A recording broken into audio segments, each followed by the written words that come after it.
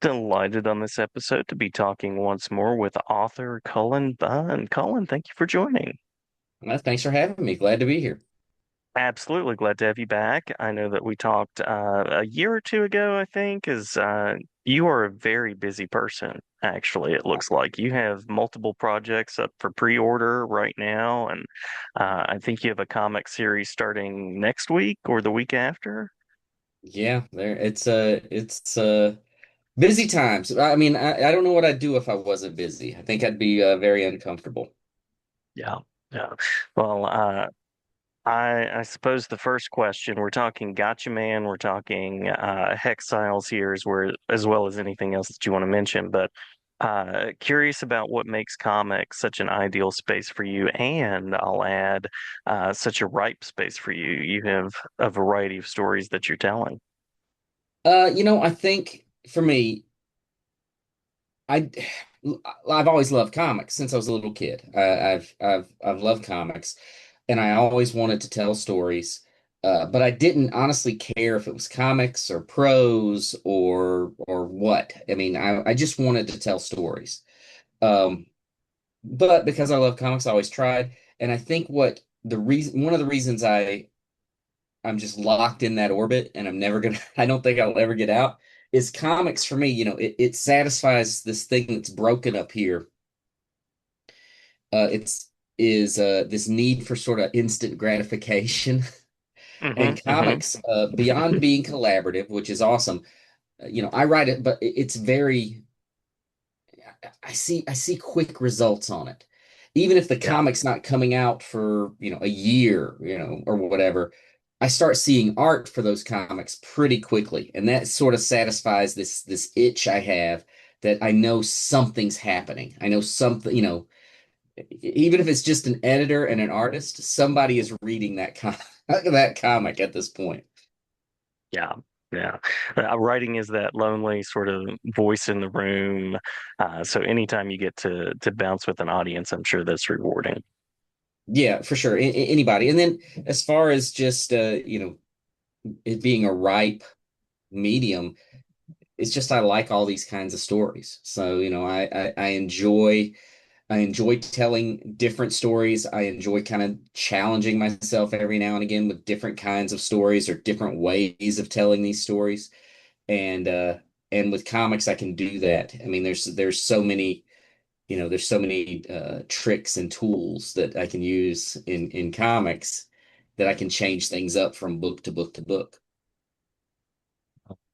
Speaking of changing things up from book to book, I mentioned Hexiles and Gatchaman, two titles which have very different feels, very different aesthetics, and then you also have a prose novel on the way this fall, early winter, Bones of Our Stars, Blood of Our World. So I'm curious about that switching gears. Any secrets to that for you? Um, Have you ever been to a wine tasting and you taste wine and then you have like a cracker to cleanse your palate to set Hmm. before you go Hmm. on to the next one? The most important thing from comic to comic for me is I do something to sort of cleanse the palate. Sometimes I don't have time. Sometimes deadlines are what they are. That no, I'm moving through and I've got there's not even a time to take 15 minutes to take a deep breath. But most of the time, so I'm working on a book, say like Gatchaman. I'll watch some episodes of Gatchaman. I'll get a feel for it. I want to hear the voice of the animated series, and that gets me, rolling into that. And let's say then I shift from Gatchaman to Hexiles, which is a completely different kind of book, and I mean, so much of a darker book than Gatchaman is. I might read some short stories that I think are read a comic or read a short story or parts of a novel or watch something that kind of reflects that tone for me or has sort of the same vibe, or even just listen to some music that I think is appropriate, that vibes with what I'm doing. And that kind of helps me just shift gears. I don't wait a long time between books. I don't, there's never a time where, okay, I finished an issue of Gotchaman and I'm going to wait a week to work on something else because I don't have that kind of I would be miserable if I tried to live that kind of schedule. Yeah. Yeah.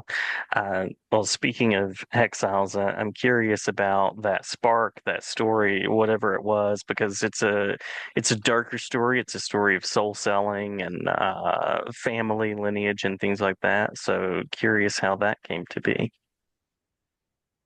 Um, so Hexiles is about uh, a parent who's failed completely.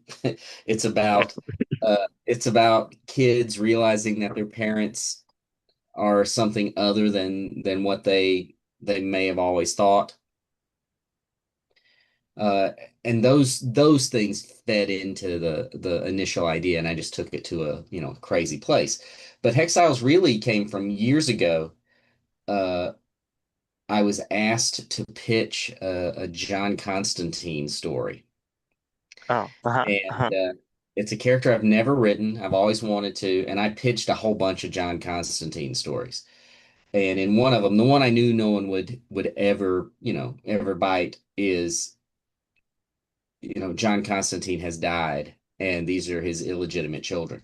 I knew no one was ever going to take it, but I liked the idea of it. And then after that, it didn't happen, and time passed, and all the other stories I'd pitched for John Constantine kind of just faded, and I forgot them. But that seed of a dead sorcerer who has done terrible things, and his children are answering for his crimes, that stuck with me. That little nugget of the story, and over time, I just turned it into what we have with Hexiles. And then from that, it's Hexiles is a little bit of X-Men. It's a little bit of a very dark superhero team in a lot of ways. Um, so I wanted, all of that stuff kind of influenced it. yeah, yeah. Any notes of Fall of Usher in there? Just curious if You that know, was a connection that I made. yeah, I mean, maybe that wasn't a conscious, influence, but for sure. I mean, it's got to be in there when you look at if you look at the way the story's set up and what I'm doing. Obviously, there's some influence there. Yeah, yeah. What's it been like to work with the creative team on either of the projects that we've talked about, Gatchaman or Hexiles, and the larger team of Mad Cave? Yeah, no, well, Mad Cave's been great. They're very supportive. They're very open to, different kinds of stories and trying different things. Um, these were very different projects in that Hexiles was just me. I brought that to them and said, "Hey, I want to do this book." And they were open to it, and we just, we were off to the races. I also wanted to work with Joe Picardo on the book.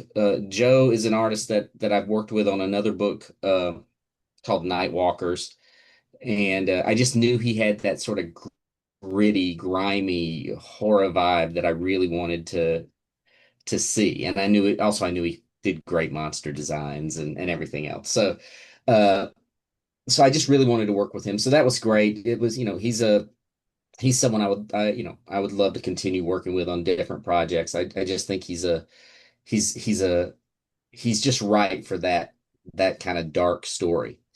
And then Mhm. with Gatchaman's, so much of, just a completely different project from the ground up, because that's a book that Mad Cave had the license. So they called me and said, "Hey, have you ever heard of Gatchaman?"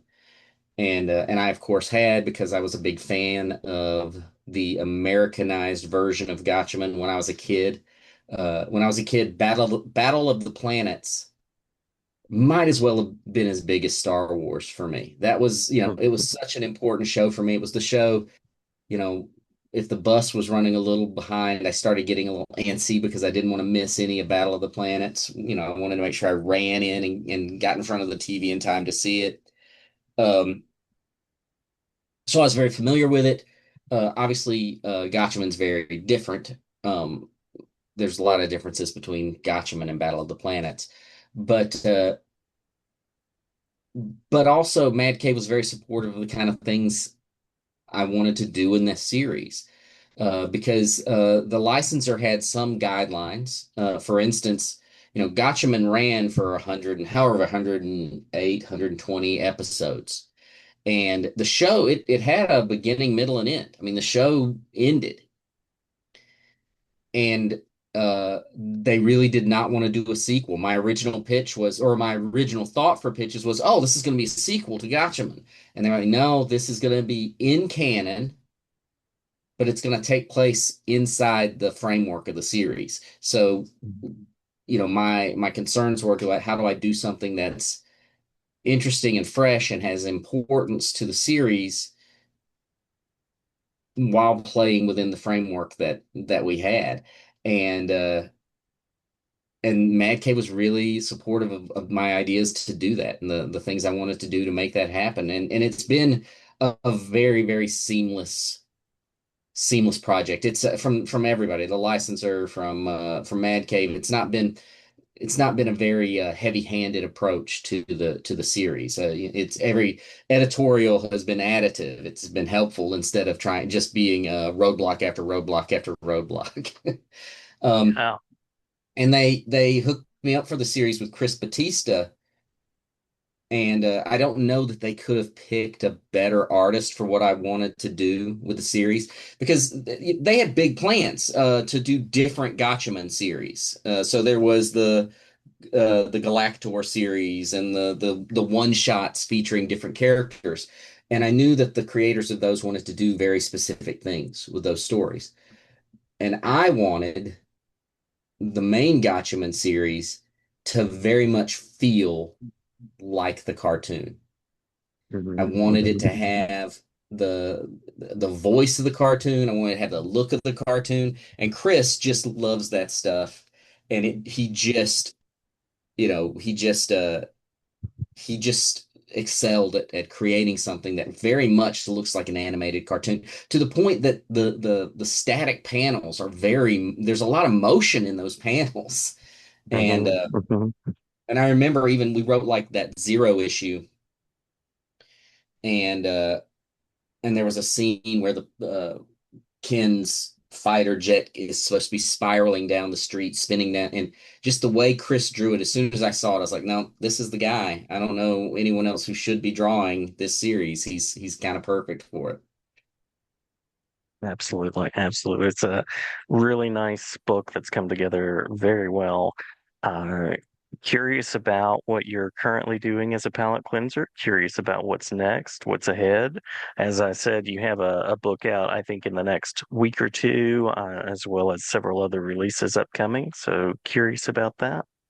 Yeah, I'm the book that's coming out in a week or two is we did a cold open issue for a series I'm doing for Ignition Press. It's called Deluge, which is about a women's prison that gets caught in a flood and they have to evacuate the inmates, which is a very precarious and dangerous situation.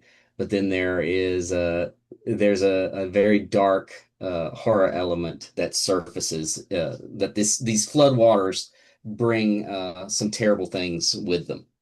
And Mhm. so that zero issue or cold open issue comes out during San Diego Comic-Con. And then then the series launches a little ways down the line from that, a couple of months down. And then I am, even right before this call, I was working on outlines for some new books that I'm working on that haven't been announced yet. Nice, nice. And shout out to outlining as well. I'm a big Oh, fan of writers that plan that way. Yeah. yeah, I especially with comics, but yeah, I live and die by my outlines. So I go through several outlining stages in every comic I write. Uh, and even well in everything I write, although with say a novel or a short story, the outlining process is much more loose for me. But with comics, I can't have a loose outline. The outline's got to be very, very focused. I need to know what I'm going to be doing as I write this thing. Yeah. Yeah. Well, also curious about where people can find out more if they want to follow along with your publications. It sounds like you'll be at San Diego, but anything else that you'd like to say online or in person? Yeah, no, there's a lot. so I have a newsletter that I put out every week that keeps everyone very well informed on the things I'm doing, what I'm thinking about. I offer, story prompts and writing idea, thoughts on writing and recommendations for things I'm digging at the moment. So I think it's a pretty fun newsletter, and I do my best to put it out every Monday that comes out. I have a website, and you can get to that newsletter from my website. You can easily sign up and subscribe to it.